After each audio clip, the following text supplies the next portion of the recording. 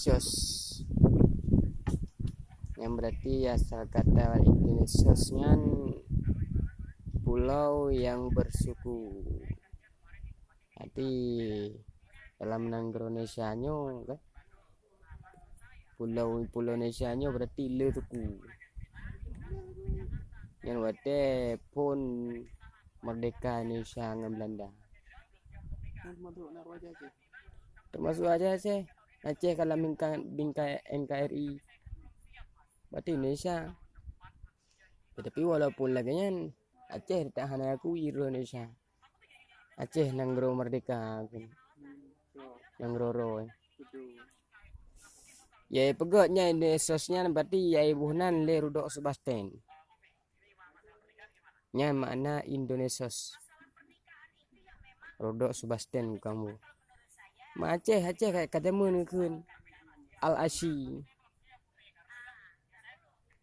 Al-Ashi kun. Jadi putanan Asian.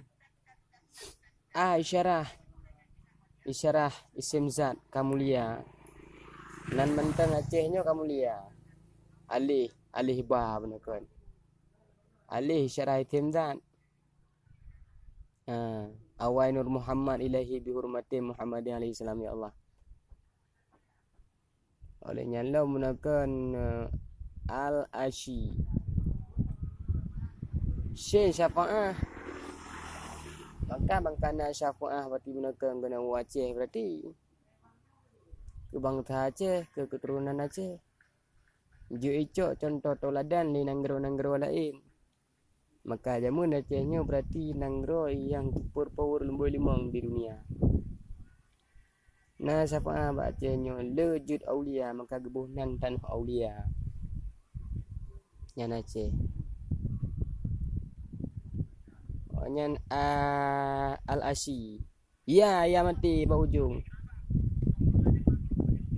Nyan gekeun menakan berarti Yasir. Maka alam nanggro Aceh le ulum ma'rifat le aulia. Mananggro yang mulia. Turki tunduk ke Aceh. Arab Saudi tunduk ke Aceh. Karena Aceh nanggro mulia. Menan lah kira-kira. Ino hanali yang kemudian urang Aceh kabeh pungo kabeh pegadah sejarah. Hitam sejarah. Supaya ngak beli bangkit gunakan keturunan aulia di Aceh. Karena menyetudang lem khalifah di Aceh, Indonesiosnya akan gemetar. Akarilo, anali Indonesia. Maka ini ibu kota ini pindah ke Kalimantan. Putra makna kali, putra makna kali bahasa Aceh. Tapo, mantan putra. Yang ke mantan berarti barang bekas. Berarti Indonesia-nya hana nanggro. Ini pindah ibu kota ke Kalimantan.